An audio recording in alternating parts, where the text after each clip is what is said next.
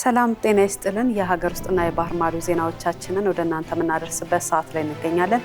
ዜናዎቹን እየመራው ወይንሸት ዘውዴ አብሬያችሁ ቆይታ አደርጋለሁ። አብረን ቆይ።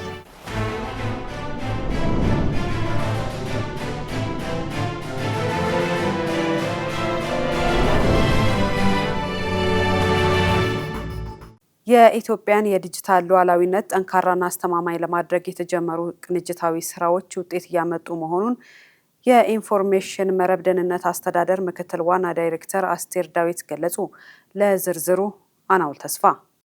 የኢንፎርሜሽን መረብ ደህንነት አስተዳደር ከተለያዩ የከፍተኛ የትምህርት ተቋማት ጋር በመተባበር በክረምት የስልጠና መርሃ ግብር በሳይበር ደህንነት፣ በሶፍትዌር ልማት፣ በኮዲንግና በመረጃ ደህንነት ዙሪያ የተሻለ ክህሎት ያላቸው ታዳጊና ወጣቶችን በማሰልጠን ላይ ነው። በዚሁም መሰረት የወላይታ ሶዶ ዩኒቨርሲቲ በክረምቱ በአምስተኛ ዙር በርካታ ወጣቶችን የሳይበር ደህንነት ስልጠናን በመስጠት ላይ ሲሆን የኢንፎርሜሽን መረብ ደህንነት አስተዳደር ምክትል ዋና ዳይሬክተር አስቴር ዳዊትና ሌሎች የመንግስት ስራ ኃላፊዎች በስፍራው በመገኘት ሰልጣኞችን አበረታተዋል። ምክትል ዋና ዳይሬክተሯ በዚሁ መርሃ ግብር ላይ ባደረጉት ንግግር የኢትዮጵያን የዲጂታል ሉዓላዊነት በጽኑ መሰረት ላይ ለመገንባትም በሚደረግ ጥረት የወጣቶች ሚና ወሳኝ መሆኑን አንስተዋል። በዚህም መሰረት የስልጠናና ግንዛቤ ስራዎችን መቀጠላቸውን ገልጸዋል። በክረምቱም ወላይታ ሶዶን ጨምሮ በ6 ዩኒቨርሲቲዎች ለወጣቶች ተመሳሳይ ስልጠናን በመስጠት ላይ መሆኑን አንስተው ይህም ለዘርፉ ተጨማሪ አቅም የሚሆን ነው ብለዋል። የኢትዮጵያም የዲጂታል ሉዓላዊነት ጠንካራና አስተማማኝ ለማድረግ የተጀመሩ ቅንጅታዊ ስራዎች ውጤት እያመጡ መሆኑን አንስተዋል። የወላይታ ሶዶ ዩኒቨርሲቲ አካዳሚክ ጉዳይ ዘርፍ ምክትል ፕሬዝዳንት አክበር ጩፎ ዩኒቨርሲቲውም ለተማሪዎች በተግባር የተደገፈ ስልጠናን በመስጠት ብቁ ዜጎችን የማፍራት ስራ እየሰራ መሆኑን ገልጸዋል። ከቴክኖሎጂ ከኢንዱስትሪና መሰል ተቋማት ጋር የመስራት እድልን መፍጠሩን ጠቁመው ይህም የተለየ ተሰጥኦ ላላቸው ተማሪዎች መልካም እድል እየፈጠረ መሆኑን ተናግረዋል። ከሰልጣኞቹም መካከል ከዲላ ከተማ የመጣችው የ12ኛ ክፍል ተማሪ መልካም አስራትና ከሐዋሳ ከተማ የመጣችው የ11ኛ ክፍል ተማሪ ኖሃሚን ንጋቱ በስልጠናው ስለ ሳይበር ደህንነትና በሌሎች ጉዳዮች ላይ መሰረታዊ እውቀት በመገብየት በዲጂታል ዓለም የተሻለ ግንዛቤ እንዲኖረን አድርጓል ብለዋል። በስልጠናውም የሳይበር ደህንነት እውቀት ማግኘቱን የጠቀሰው ወጣቱ የመረጃ መንታፊዎችን በመዋጋት የሀገራችንን የመረጃ ደህንነት ለማረጋገጥ የበኩሉን ድርሻ እንደሚወጣ አረጋግጧል። ኖርዌይ ኢትዮጵያ የደን ሽፋንን በማሳደግ የአየር ንብረት ለውጥ ተጽዕኖን ለመቋቋም የምታከናውነውን ጥረት እንደምትደግፍ በኢትዮጵያ የኖርዌይ ኤምባሲ የደንና አየር ንብረት ጉዳዮች ልዩ መልእክተኛና አማካሪ ላይቭ ጃኮብ ሲድነስ ገለጹ። ኢትዮጵያ ዓለም አቀፍ ስጋት የሆነውን የአየር ንብረት ለውጥ ተጽዕኖ ለመከላከል በአረንጓዴ አሻራ፣ በአፈርና ውሃ ጥበቃ፣ በአረንጓዴ ልማትና በኤሌክትሪክ ተሽከርካሪ ለቀጠናው ሀገራት ምሳሌ የሚሆን ተግባር በማከናወን ላይ ትገኛለች ብለዋል። ለዝርዝሩ ሂሮዳይ ንጉሴ። በኢትዮጵያ የኖርዌይ ኤምባሲ የደንና የአየር ንብረት ጉዳዮች ልዩ መልእክተኛና አማካሪ ላይቭ ጃኮብ ሲድነስ ለኢዜአ እንዳሉት በኢትዮጵያ ባለፉት 5 ዓመታት በደን ልማት ዘርፍ አስደናቂ ለውጥ ተገኝቷል። በአረንጓዴ አሻራ መርሃ ግብርና በአፈርና ውሃ ጥበቃ በተከናወኑ ውጤታማ ተግባራት በሀገሪቱ የደን ሽፋን ላይ ተጨባጭ ውጤት መመዝገቡን ገልጸዋል። የደን ልማት የአፈር መሸርሸርን መከላከልና የአፈርና ውሃ ሀብት ጥበቃን በማጠናከር የህብረተሰቡን ተጠቃሚነት እንደሚያሳድግ ገልጸዋል።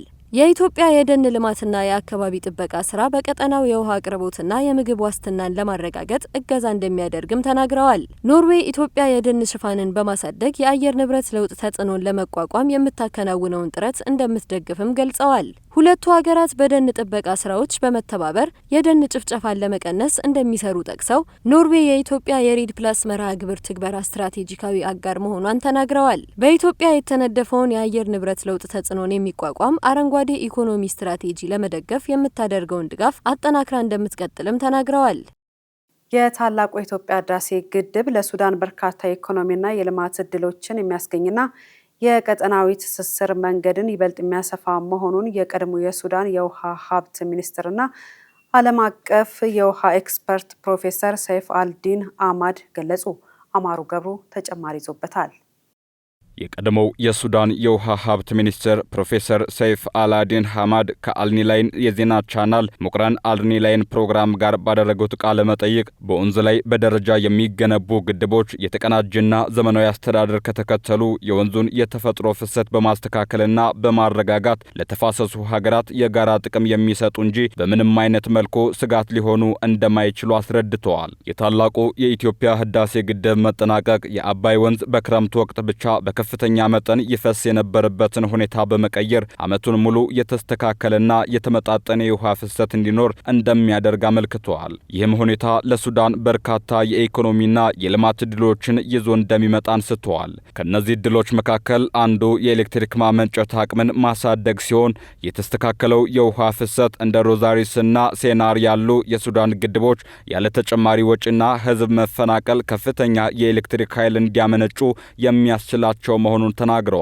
በተጨማሪም የወንዙ ውሃ ከፍ ማለቱ የሱዳን አባወራዎችና አምራቾች ለግብርና መስኖ ይጠቀሙበት የነበረውን የፓምፕ ወጪ ከ30 እስከ 50 በመቶ ያህል እንደሚቀንስ አስረድተዋል። የተስተካከለው የውሃ ፍሰት በሱዳን የውሃ ላይ ትራንስፖርትን እንደገና እንዲያንሰራራ ትልቅ ዕድል እንደሚፈጥርም ፕሮፌሰር ሐማድ ገልጸዋል።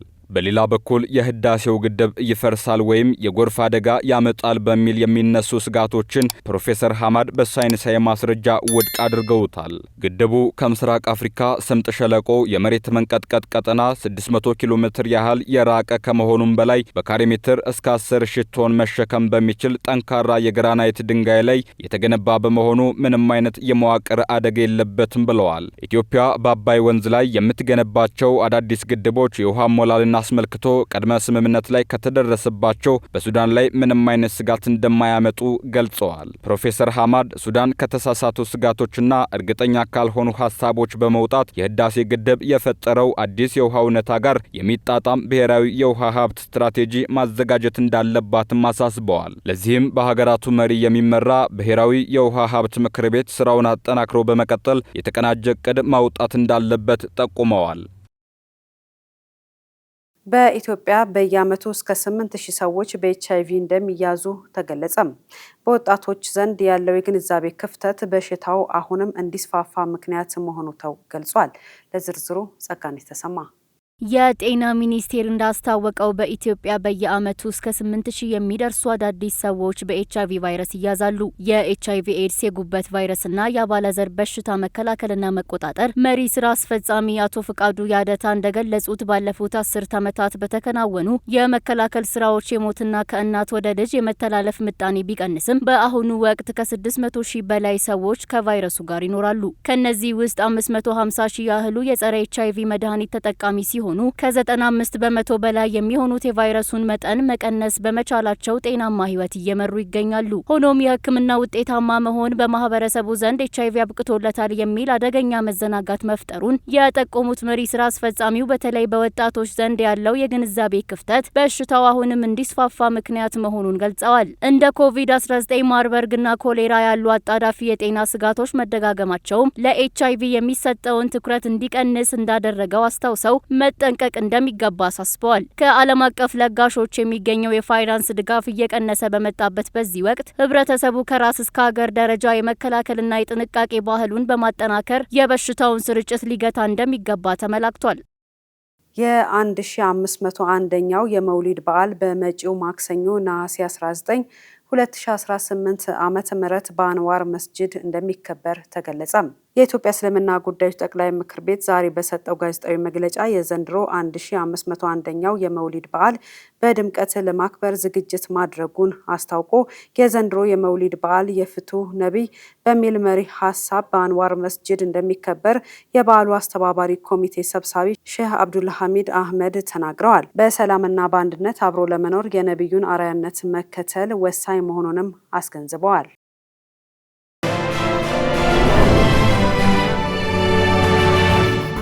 እየተከታተላችሁን ስላላችሁ እናመሰግናለን። አሁን ደግሞ ከውጭ ምንጭ ወዳገኘናቸው መረጃዎቻችን አልፋለን።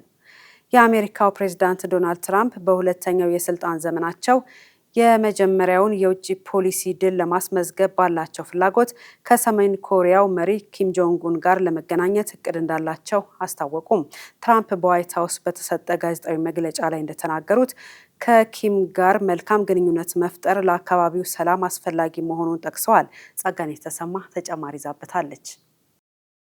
ፕሬዚዳንት ዶናልድ ትራምፕ ሰሜን ኮሪያ በአሁኑ ወቅት 57 እጅግ አደገኛ የኒውክሌር ጦር መሳሪያዎች ባለቤት መሆኗን ገልጸዋል። ይህ የትራምፕ አስተያየትና አሜሪካ ከደቡብ ኮሪያ ጋር የምታካሂደውን የጋራ ወታደራዊ ልምምድ ለመቀነስ የወሰደችው ድንገተኛ እርምጃ በእስያ አህጉር በሚገኙ የአሜሪካ ወዳጅ ሀገራት ዘንድ ከፍተኛ ስጋትን ፈጥሯል። ሪፖርቶች እንደሚያመለክቱት ስብሰባው በፈረንጆቹ ጥቅምት ወር በቻይና ሼንዜን በሚካሄደው የእስያ ፓሲፊክ ኢኮኖሚ ትብብር ጉባኤ ጎን ለጎን ሊካሄድ እንደሚችል ታውቋል። ትራምፕ ከሰሜን ኮሪያ መሪ ጋር ሊያደርጉት ያሰቡትን ስብሰባ አስመልክተው ኢራን የኒውክሌር ቦምብ እንዳታገኝ ከቴሄራን ጋር በገባችበት ውጥረት ወቅት ይህን ማድረጋቸው ተገቢ መሆኑን ተናግረዋል። በሌላ በኩል የአሜሪካ ውሳኔ ይፋ ከሆነ በኋላ የኪም ጆንግ ኡን ተጽዕኖ ፈጣሪ እህት ኪም ዮ ጆንግ በሰጡት መግለጫ በሁለቱ መሪዎች መካከል ስላለው የግንኙነት ዘገባ መረጃው እንደሌላቸው ገልጸዋል። ሆኖም ወንድማቸው አሁንም ስለ ትራምፕ ጥሩ ትዝታና ስሜት እንዳላቸውና የመሪዎቹ ግንኙነት በጥሩ ሁኔታ ላይ እንደሚገኝ አረጋግጠዋል። ደቡብ ኮሪያ በበኩሏ ከእርሷ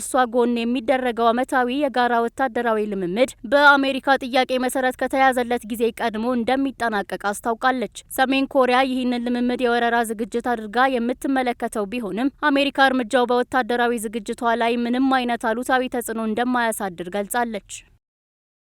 ፕሬዚዳንት ዶናልድ ትራምፕ አሜሪካ ለኢራን እገዛ በሚያደርግ ወይም ከሀገሪቱ ጋር ግንኙነት የሚኖረው ማንኛውም ሀገር ላይ እጅግ ግዙፍ ኢኮኖሚያዊ መዘዝ የሚያመጣ እርምጃ እንደምትወስድ አስጠነቀቁ። ለዝርዝሩ አናውል ተስፋ። ፕሬዝዳንቱ በትሩዝ ሶሻል የማህበራዊ ሚዲያ ገጻቸው ባሰፈሩት በዚህ ማስጠንቀቂያ ላይ ተጨማሪ ዝርዝር አልሰጡም። የትኛውንም ሀገር በስም አልጠቀሱ። ነገር ግን እስካሁን የትኛውም ሀገር ላይ ከተወሰዱ በበለጠ አድቃቂ የሆነ የኢኮኖሚ እርምጃዎች እንደሚወስዱ ተናግረዋል። ትራምፕ ይህንን ያሉት ለ60 ቀናት ተደርሶ የነበረው የተኩስ አቁም ስምምነት ሰኞ ዕለት ከተጠናቀቀ በኋላ ነው። አሜሪካና እስራኤል በየካቲት ወር የጀመሩት ጦርነት ሊቋጭ እንደሚሆን የሚያመላክት ዲፕሎማሲያዊም ሆነ ወታደራዊ እንቅስቃሴ አልታየም። የአሁኑ የትራምፕ እርምጃ ከቴህራን ጋር የንግድ ግንኙነት ባላቸው የውጭ ባንኮችና ኩባንያዎች ላይ ማዕቀብ እንዲጣል ያደረገ ነው። ኦፕሬሽን ኦፍ ኢኮኖሚክ ፊዮር ዘመቻ አካል ይመስላል። ትራምፕ ሮም ምሽት ባጋሩት የማህበራዊ ሚዲያ ማስጠንቀቂያ ይህንን ኢኮኖሚያዊ እርምጃ የሚወስዱት የኢራን እስላማዊ ሪፐብሊክ ከአሜሪካ ጋር ስምምነት ላይ መድረስ ስላልቻለ መሆኑን ገልጸዋል። የፋይናንስ ተቋማት፣ ንግዶች፣ አየር ማረፊያዎች ወይም የመንግስት ተቋማት ለኢራን የትኛውንም አይነት የህይወት መስመር እንዲሰጡ የሚፈቅድ ማንኛውም ሀገር ራሱ እጅግ ግዙፍ ኢኮኖሚ መዘዝ ይገጥመዋል ብለዋል። እነዚህ ሀገራትም ምንም አይነት ቅጣት እንደሚጠብቃቸው ግን በግልጽ አልጠቀሱ። ትራምፕ ቀጥለውም የነዳጅ ዝውውር፣ የገንዘብ ልውውጥ መስመሮች፣ የገንዘብ ዝውውሮች፣ የምንዛሬ ተቋማት፣ መርከብ መዝጋቢዎች ሁሉም አሁን ላይ መቆም አለበት፣ ማን እንደሆናችሁ ታውቃላችሁ ብለዋል። ይህም ማስጠንቀቂያ የተሰጠው የአሜሪካ ወዳጅ የሆነችው የተባበሩት አረብ ኤምሬቶች ከኢራን የተሰነዘሩባትን የሚሳኤል ዛቻ ተከትሎ ከሀገሪቱ ጋር ያላትን የፋይናንስና የኢኮኖሚ ግንኙነት ሙሉ በሙሉ እንደምታቋርጥ ባስታወቀች ማግስት ነው። የተባበሩት አረብ ኤምሬቶች መከላከያ ሚኒስቴር ኢራን የመርከቦች ኢላማ በማድረግ 2 ባለስቲክ ሚሳኤሎችን ማስወንጨፏን ገልጾ ነበር። ሁለቱም ሚሳኤሎች ባህር ላይ ወድቀዋል። የኢራን ተቋማትም ለረጅም ጊዜ ገንዘብ ለማዘዋወር ሲጠቀሙ የቆዩት በዱባይ የፋይናንስ ስርዓት ውስጥ የሚገኙ የምንዛሬ ተቋማትንና መዝገብ ላይ ብቻ ያሉ ኩባንያዎች ናቸው። ፕሬዚዳንት ዶናልድ ትራምፕ መልሰው ከኢራን ጋር ጦርነት የሚገቡ ከሆነ ኢራን አውሮፓ ውስጥ የሚገኙ የአሜሪካ ወታደራዊ ተቋማትን እንደምትመታ መዛቷን ተከትሎ ኔቶ ምላሽ ሰጠም። ጋብ ያለ ጦርነት ከተባባሰ ኢራን በአውሮፓ ውስጥ ያሉ የአሜሪካ ወታደራዊ ኢላማዎችን ልትመታ እንደምትችል ፋይናንሻል ታይምስ የተባለ ጋዜጣ ዘግቧል። አሜሪካ ዋነኛ አባል የሆነችበት የሰሜን አትላንቲክ ጦር ቃል ኪዳን ሀገራት ማህበር ኔቶ አንድ ባለስልጣን ለዚህ ዛቻ በሰጡት ምላሽ ድርጅቱ የትኛውንም ስጋት ለመጋፈጥ ዝግጁ መሆኑን ገልጸዋል። ሁሉንም አጋሮቹን ለመከላከል አስፈላጊውን እርምጃ ይወስዳል ብለዋል። ስማቸው ያልተጠቀሰው የኔቶ ባለስልጣን የኔቶ የአየር መከላከያ ስርዓት ከዚህ ቀደም ኢራን በተለያዩ ጊዜያት ወደ ቱርክ ሚሳይሎችን ባስወነጨፈችበት ጊዜ በተሳካ ሁኔታ ጥቃቱን መከላከሉን አስታውሰው ጥቃቶችን የማስቀረትና የመከላከል አቅማችን ጠንካራና ውጤታማ ነው ብለዋል። ፋይናንሻል ታይምስ ጋዜጣ ለኢራን መንግስት ቅርብ የሆኑ ምንጮችን ጠቅሶ እንደዘገበው ትራምፕ ጦርነቱን የሚቀጥሉ ከሆነ ኢራን በጦርነቱ የሚፈጠረውን ጫና ከፍ ለማድረግ የሚያስችሉ አማራጮችን እየፈተሸችና በአውሮፓ ያሉ የአሜሪካ ወታደራዊ ተቋማትን ኢላማ ለማድረግ እያጤነች ነው። የኢራን ኃይሎች ባለፈው ወር የአሜሪካ አውሮፕላኖች ከአየር ኃይል ሰፈራቸው ነዳጅ እንዲሞሉ ፈቃድ እንደሰጠች ቤልጂየም ባሉ የደቡባዊ የአውሮፓ ሀገራት የሚገኙ የአሜሪካ ወታደራዊ ተቋማትን እየገመገሙ መሆኑን የጋዜጣው ምንጮች ገልጸዋል። በጋዛና በሱዳን ሰብአዊ እርዳታ ለመስጠት ከተሰማሩ ሰራተኞች 350 ያህሉ መገደላቸውን የመንግስታቱ ድርጅት አስታወቀ። ግድያው እንደ አውሮፓውያን አቆጣጠር በ2025 ብቻ የተፈጸመ ነው ተብሏል። የተባበሩት መንግስታት ድርጅት የሰብአዊ ጉዳዮች አስተባባሪ በ2025 በየሀገራቱ ያሰማራቸውን የሰብአዊ እርዳታ ሰጪ ሰራተኞቹን የደህንነት ሁኔታ ያመላከተ ሪፖርቱን ይፋ ባደረገበት ወቅት ሰብአዊ አገልግሎት ይሰጡ በነበሩ ሰዎች ላይ ግድያዎችን ተፈጽመዋል ብሏል። እንደ ድርጅቱ መረጃ በ2025 በዓለም ዙሪያ 350 የእርዳታ ሰራተኞች ተገድለውበታል። አብዛኞቹ በጋዛና በሱዳን መገደላቸውንም አስታውቋል። ከሟቾቹ መካከል 186 ያህሉ በጋዛ 71 ያህሉ ደግሞ ሱዳን ውስጥ የተገደሉ ስለመሆናቸው የአጃንስ ፍራንስ ፕሬስ ዘገባ ያሳያል። ባለፉት 3 ዓመታት ከ1000 በላይ የእርዳታ ሰራተኞች ተገድለዋል። ሪፖርቱን የሰራው ተቋም በተለይም በግጭቶች ወቅት በከተሞች የታጠቁ ድሮኖች በስፋት ጥቅም ላይ መዋላቸው አስጊ መሆኑን ገልጿል። በደቡብ አፍሪካ የጓቴንግ ግዛት የኮሌራ በሽታ መስፋፋቱን ተከትሎ የሀገሪቱ የጤና ሚኒስቴር የበሽታውን ስርጭት በአስቸኳይ ለመግታት የሚያስችሉ ልዩ የሕክምና ቡድኖችን ወደ ስፍራው ማሰማራቱን በይፋ አስታውቋል። ኤፍራታ ጥላውን ተከታዩን ዘገባ አጠናቅራለች። የጤና ባለስልጣናት እንደገለጹት ባለፉት ጥቂት ቀናት ውስጥ በርካታ ሰዎች የበሽታው ምልክቶች ታይተውባቸው ወደ ሕክምና መስጫ ተቋማት ያመሩ ሲሆን የላቦራቶሪ ምርመራ ውጤቶችን በፌስቡክና በአገር ውስጥ መገናኛ ብዙኃን እንደተረጋገጠው በሽታው ኮሌራ መሆኑንና ስርጭቱ በፍጥነት እየጨመረ መምጣቱን አረጋግጠዋል። የዚህ ወረርሽኝ መነሻ በአንዳንድ የአካባቢው መንደሮች የሚገኙ የመጠጡ አቅርቦቶችና የፍሳሽ ማስወገጃ መስመሮች መበከል እንደሆነ የተጠረጠረ ሲሆን መንግስት ችግሩን ዘላቂነት ለመፍታትና ተጨማሪ ብክለትን ለማስቀረት የውሃ መሰረተ ልማቶችን የማጽዳትና የማከም ስራን በአስቸኳይ ጀምሯል። የደቡብ አፍሪካ ጤና ሚኒስቴር ለህብረተሰቡ ባስተላለፉት አስቸኳይ መልእክት ማናቸውም የህብረተሰብ ክፍሎች ለምግብነትና ለመጠጥ የሚጠቀሙትን ውሃ አስቀድመው በደንብ አፍልተው እንዲጠቀሙ፣ የእጅ ንጽህናቸውን እንዲጠብቁና የበሽታው ምልክት የሚታይባቸውን ዜጎች በአቅራቢያቸው ወደሚገኝ የጤና ጣቢያዎች በአስቸኳይ እንዲወስዱም አሳስበዋል። የዓለም ጤና ድርጅትና ሌሎች ዓለም አቀፍ የረድኤት ድርጅቶች ለደቡብ አፍሪካ መንግስት አስፈላጊውን የሕክምና ቁሳቁስ፣ የውሃ ማጽጃ ኪኒኖችና የባለሙያዎችን ድጋፍ ለማድረግ ዝግጁ መሆናቸውን የገለጸው ሲሆን ወረርሽኙ ወደ ጎረቤት ግዛቶችና ሀገራት እንዳይሰራጭ ጥብቅ የክትትል ፕሮቶኮል ተግባራዊ ተደርጓል። ይህ በእንዲህ እንዳለ በአካባቢው የሚገኙ የሲቪክ ማህበራትና የጤና ባለሙያዎች መንግስት በታችኛው የህብረተሰብ ክፍል ዘንድ ያለውን የንጹህ መጠጥ ውሃ እጥረት ችግር ፈጣን ምላሽ እንዲሰጠው የጠየቁ ሲሆን የወረርሽኙን ስርጭት ለመቆጣጠር የቤት ለቤት ግንባታና የግንዛቤ ማስጨበጫ ዘመቻዎች በስፋት እየተካሄዱ ይገኛሉ። የሞደርናና ሜርክ የተባሉ የመድኃኒት ኩባንያዎች በጋራ ያዘጋጁት አዲስ የካንሰር ክትባት ከቀዶ ጥገና በኋላ የቆዳ ካንሰር እንዳይመለስ በተደረገ ሰፊ ሙከራ ተስፋ ሰጪ ውጤት ማሳየቱ ተገለጸ። ዝርዝሩ የሂሮዳይ ንጉሴ ነው። ከ1000 በላይ ታካሚዎች በተሳተፉበት ጥናት ክትባቱን ከካንሰር መድኃኒት ጋር የወሰዱ ሰዎች ከካንሰር ነጻ የሆኑበት ጊዜ መራዘሙ ተመላክቷል። አዲሱ የካንሰር ክትባት ለሁሉም የሚውል የተለመደው አይነት የካንሰር ክትባት አይደለም። በታካሚው የካንሰር ህዋስ ላይ በመመስረት ለእያንዳንዱ ታካሚ በግል የሚዘጋጅ እንጂ።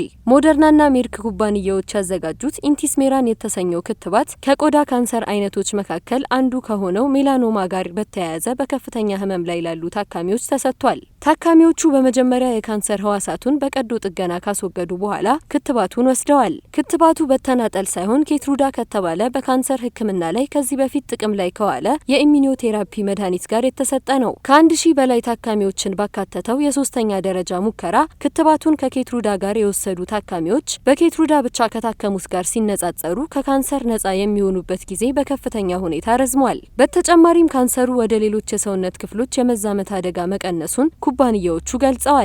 ክትባቱን ለማዘጋጀት ሳይንቲስቶቹ ኤምአርኤንኤ የተባለውን ቴክኖሎጂ የተጠቀሙ ሲሆን ይህ ቴክኖሎጂ በአንዳንድ የኮቪድ-19 ክትባቶችም ጥቅም ላይ ውሏል። በሂደቱ የታካሚው እጢ ትንሽ ክፍል በቀዶ ጥገና ይወጣል። ከዛም ዲኤንኤውን በመመርመር በካንሰሩ ህዋሳት ውስጥ ያሉ ልዩ ለውጦች ይለያሉ። በዚህ መረጃ መሰረት ለዚያ ታካሚ ብቻ የሚስማማ ክትባት ይዘጋጃል። ክትባቱም የሰውነቱን በሽታ ተከላካይ ስርዓት የቀየሩትን የካንሰር ህዋሳት እንዲያውቅና እንዲያጠቃ ይረዳል። ባለሙያዎች ግኝቱን እንደ ትልቅ የምርምር መረጃ ቢቆጥሩ ክትባቱ በሰፊው እንዲሰጥ ከመፈቀዱ በፊት ተጨማሪ ምርመራ፣ የባለሙያዎች ግምገማና የቁጥጥር አካላት ፍቃድ ያስፈልገዋል ብለዋል። ሞደርንና ሜርክ ኩባንያዎች በተጨማሪም ተመሳሳይ የግል ክትባቶችን ለሳምባ፣ ለፊኛና ለኩላሊት ካንሰር ለመጠቀም በምርምር ላይ እንደሚገኙ ተገልጿል። ዘገባው የቢቢሲ ነው። የአውሮፓ ህብረት የቴክኖሎጂ ቁጥጥር አካላት የሰዎችን የፊት ገጽታ፣ የድምፅ ቃናና የሰውነት እንቅስቃሴ በመገምገም ስሜትን ለመተንተን በሚሞክሩ ሰው ሰራሽ አስተውሎት ቴክኖሎጂዎች ላይ ጥብቅና ፍጹም የሆነ እገዳ መጣላቸውን በይፋ አስታውቀዋል።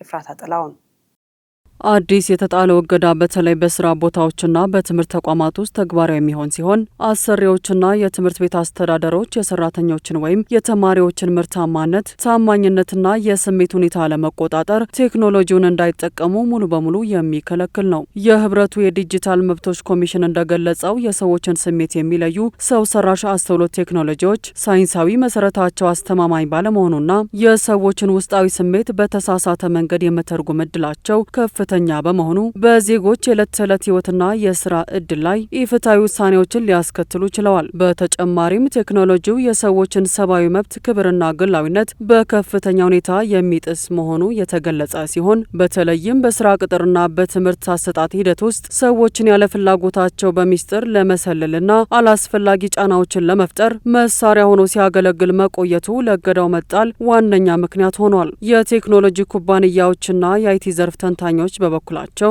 የአውሮፓ ህብረት የጣለው ይህ እገዳ በዘርፉ አዳዲስ ምርምሮችን ለሚያካሂዱ ተቋማት ትልቅ የፖሊሲ ፈተና እንደሚሆን እየገለጹ ቢሆንም የሰብአዊ መብት ተሟጋች ድርጅቶች ግን ውሳኔውን የዲጂታል መብቶችን ለማስከበር የተነሳ ታሪካዊ እርምጃ ነው ሲሉ አወድሰውታል። አዲሱን ህግ ተላልፈው በእነዚህ ሰው ሰራሽ አስተውሎት ቴክኖሎጂዎች ሲጠቀሙ በሚገኙ ተቋማትና የንግድ ድርጅቶች ላይ እስከ በሚሊዮን የሚቆጠር ዩሮ የሚደርስ ከባድ የገንዘብ ቅጣትና አስተዳደራዊ እርምጃዎች እንደሚጠብቃቸው የገለጸው የአውሮፓ ህብረት የቴክኖሎጂ አጠቃቀም ሁልጊዜም ቢሆን የሰዎችን መሰረታዊ መብቶች ያከበረ መሆን እንዳለበት በድጋሚ አሳስቧል።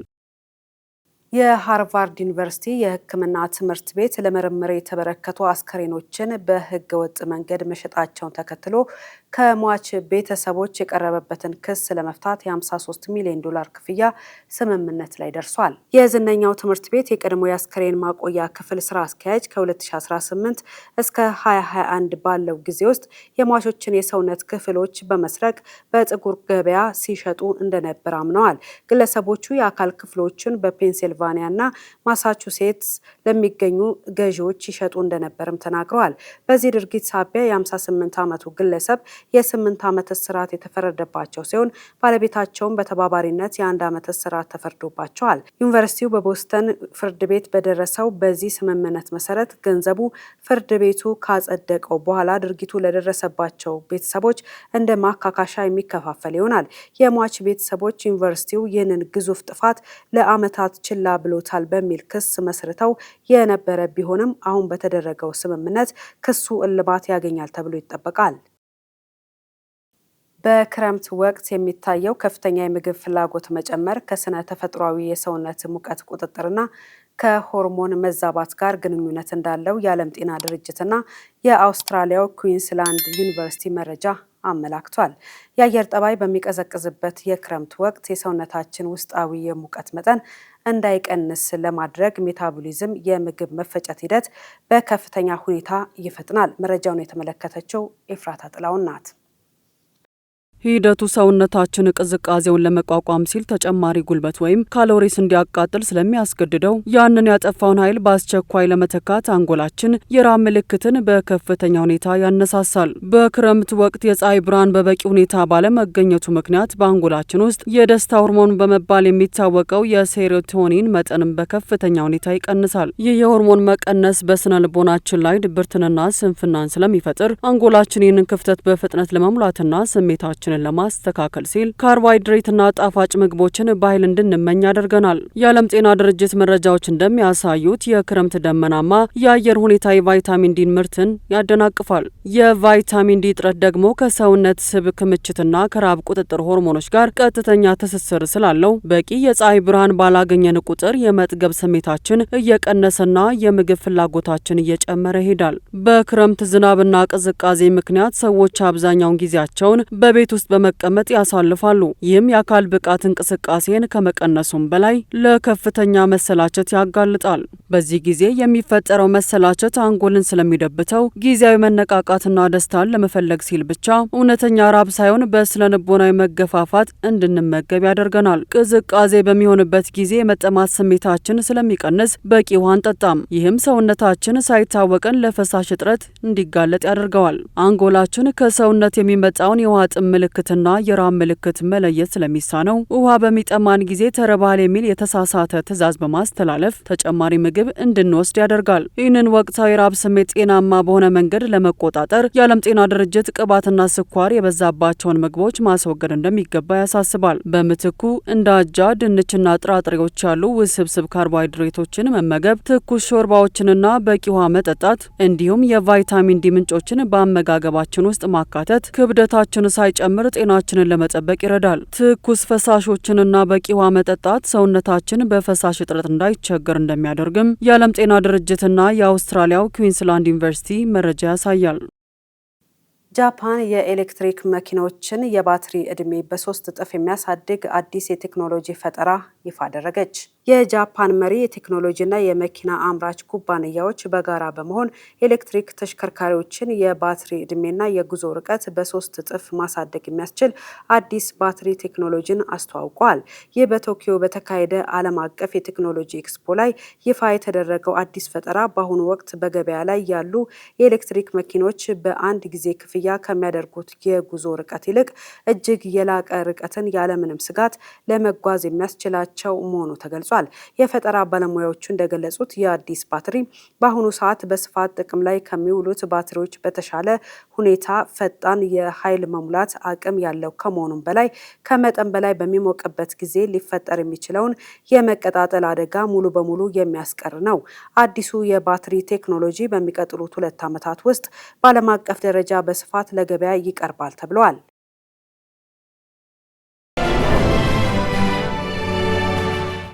ወደ ቢዝነስ መረጃዎቻችን አልፋለን። ኢትዮጵያ ምርቶቿን በዓለም ገበያ ተወዳዳሪ በማድረግ የወጪ ንግድ አቅሟን እያሳደገች መሆኑ ተነገረ።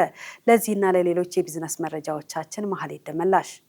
የአዲስ አበባ ንግድና ዘርፍ ማህበራት ምክር ቤት ከቻይና ኤምባሲና የንግድ ሚኒስቴር ጋር በመተባበር ባዘጋጀው የቢዝነስ ለቢዝነስ መድረክ ላይ የቻምበሩ አባል ኩባንያዎች ከ340 ሚሊዮን ዶላር በላይ የሚገመት የንግድ ስምምነት መፈራረማቸው ተገልጿል። ሰፊ ገበያ ለሁሉም በሚል መሪ ቃል በተካሄደው በዚህ መድረክ ከ40 በላይ የሀገር ውስጥ ላኪዎች በቡና፣ በአኩሪ አተር፣ በቆዳ ሌጦ እንዲሁም በሰሊጥ ምርቶች ላይ ከቻይና አቻዎቻቸው ጋር በጋራ ለመስራት ከስምምነት ላይ መድረሳቸው ተገልጿል። በመድረኩ ላይ የተገኙት የንግድና ቀጣናዊ ትስስር ሚኒስትር ካሳሁን ጎፌ የዜሮ ታሪፍ እድሉን ተጠቅመው በጥራትና በብዛት ተወዳዳሪ በመሆን የሀገሪቱን ገቢ እንዲያሳድጉ ጥሪን አቅርበዋል። የቻይና የንግድ ሚኒስቴር ተወካይና አምባሳደር ቼንሃይ በበኩላቸው ኢትዮጵያ ለቻይና ቅድሚያ ከሚሰጣቸው ሀገራት አንዷ መሆኗን ገልጸው ላኪዎች ሰፊውን የቻይና ገበያ በአግባቡ መጠቀም እንዳለባቸው አሳስበዋል።